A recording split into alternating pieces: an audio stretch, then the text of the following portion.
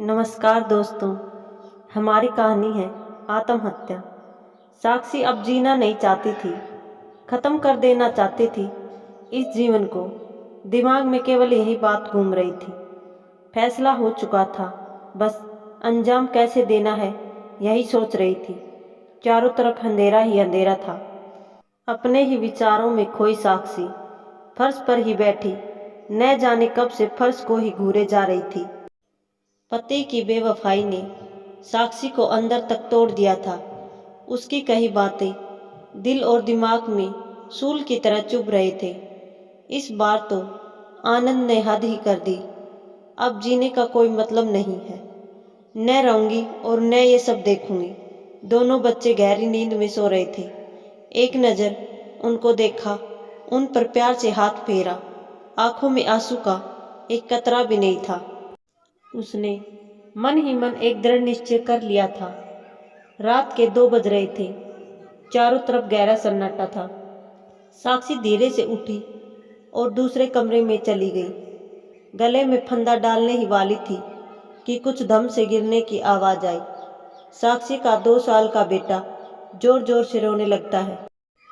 तभी साक्षी की 6 साल की बेटी चिल्लाती है, मम्मी, बाबू बेड से गिर गया है। आप कहाँ हो? देखो ना, बाबू कितना रो रहा है।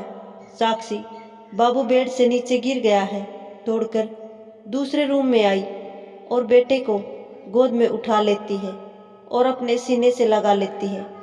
बेटी रोते हुए बोलती है, आप कहाँ चली गई थी मम्मी? मुझे बहुत डर लग रहा था। आप हम लोगों को अकेले छोड़कर नहीं जाया करो।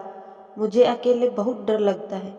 साक्षी अपने दोनों बच्चों को अपने सीने से चिपका लेती है और रोने लगती है। दोनों बच्चे साक्षी के सीने से चिपककर सो जाते। रोते रोते साक्षी भी कब सो गई उसे पता भी नहीं चला। साक्षी की नींद टूटी मीनू की आवाज़ सुनकर। मीनू साक्षी के घर काम करने वाली बाई। अरे मैडम जी, आपने बाहर का गेट खुला क्यों छोड़ दिया है? क्या बात है, आप अभी तक सो रही हैं? तबीयत ठीक नहीं है क्या? साक्षी हड़बड़ा कर उठती है। तबीयत अपने आप को संयमित करते हुए बोलती है, हाँ थोड़ी तबीयत खराब है। घड़ी में टाइम देखा तो 8 बज गए थे। ऐसे तुझे इतनी देर कहाँ हो गई? मीनू थोड़ा रुआस से स्वर में बोली। अरे मैडम जी, चौथी गली में जो शर्मा जी रहते हैं न, उनकी बहू ने फांसी लगाकर आत्महत्या कर ली। 2 बच्चे हैं उनके, एक 10 साल की बेटी और 6 साल का बेटा। साक्षी का दिल धक से रह गया। अपनी साड़ी ठीक करते हुए बोली, कब हुआ ये? मीनू बोली, रात में ही हुआ है मैडम जी। सुना उसके मर्द ने दूसरी औरत रख ली है। मुआ अभी तक आया भी नहीं है। अचानक से साक्षी का रुख कड़वा हो गया। ठीक ही किया, आए ना आए क्या फर्क पड़ता है, अब देखने थोड़ी आ रही है। मीनू ये सुन साक्षी के बिल्कुल पास आ जाती है और धीरे से कहती है, छोटा मुंह बड़ी बात मैडम जी। अनपढ़ गवार हूँ, घर घर झाड़ू पोछा करके पेट पालती हूँ और आप लोग पढ़े लिखे लोग हैं, फिर भी आपसे उम्र में बड़ी हूँ। जीवन का तजुर्बा आपसे थोड़ा ज़्यादा है। आजकल आपके और साहब के बीच कुछ ठीक नहीं चल रहा है। मुंह बंद रखती हूँ, लेकिन आँख कान तो खुले हैं मेरे। औरत हूँ, औरत का दर्द भी समझती हूँ। इसलिए आज आपसे एक बात कहना चाहती हूँ। आत्महत्या किसी भी समस्या का समाधान नहीं हो सकता। जीवन में उतार चढ़ाव आते रहते हैं। इसका ये मतलब नहीं कि आप अपनी जान ही दे दें मैडम जी। मर्द जात कभी कभी अपना रास्ता भटक जाता है, लेकिन अंत में लौटकर अपने घर में ही आता है। और ना भी आए क्या फर्क पड़ता है? आप किसके लिए मरना चाहती हैं? जो आपसे प्यार नहीं करता, जिसे आपकी परवाह नहीं, लेकिन उसके लिए जी नहीं सकती। जो आपसे प्यार करता है, जिसे आपकी ज़रूरत है। आपके माँ बाप जो आपसे बहुत प्यार करते हैं। आपके बच्चे जिन्हें आपकी ज़रूरत है। मीनू की बातें सुनकर साक्षी की आंखों में आंसू आ जाते हैं। साक्षी मीनू के सीने लगकर रोने लगती है। मीनू साक्षी के कंधे को प्यार से सहलाते हुए सोफे पर बैठाती है और बोलती है, बुरा न माने तो एक बात बोलूं मैडम जी, खाली दिमाग शैतान का घर होता है। घर में बैठे बैठे तरह तरह की फालतू बातें सोचती रहती हैं आप। मैं आपके घर काम करने के बाद 9 से 3 स्कूल में जाती हूँ दाई का काम करने के लिए।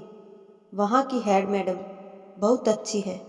आप तो पढ़ी लिखी हैं, यदि बोलो तो मैं वहाँ आपके पढ़ाने के लिए बात करूँ। आपका समय भी कट जाएगा और मन भी लगा रहेगा।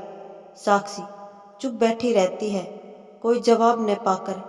मीनू बोलती है, आपके लिए चाय बनाकर लाती हूँ। और मीनू अपने काम में लग गई। काम खत्म कर मीनू, जा रही हूँ मैडम जी। साक्षी रुको। मीनू रुक जाती है। मीनू तुम अपने स्कूल में बात करो, हो सके तो प्रिंसिपल मैडम का नंबर ले आना। मीनू के चेहरे पर प्रसन्नता के भाव उभर आए। मीनू लौटकर साक्षी के पास आकर बैठ गई और धीरे से बोली, मैडम जी, मैंने दूसरे कमरे में बेड पर स्टूल रखा हुआ देखा। ऐसा आप कभी नहीं करना। ये घर आपका है। इसे बचाने के लिए आपको हर संभव कोशिश करनी चाहिए। बिना लड़े ही हार मान लिया आपने। ऐसे आपकी मर्जी। आप इस घर में नहीं रहना चाहती तब भी कई रास्ते खुले हैं, कोर्ट कचहरी। इतना बोलकर मीनू थोड़ी देर चुप हो जाती है।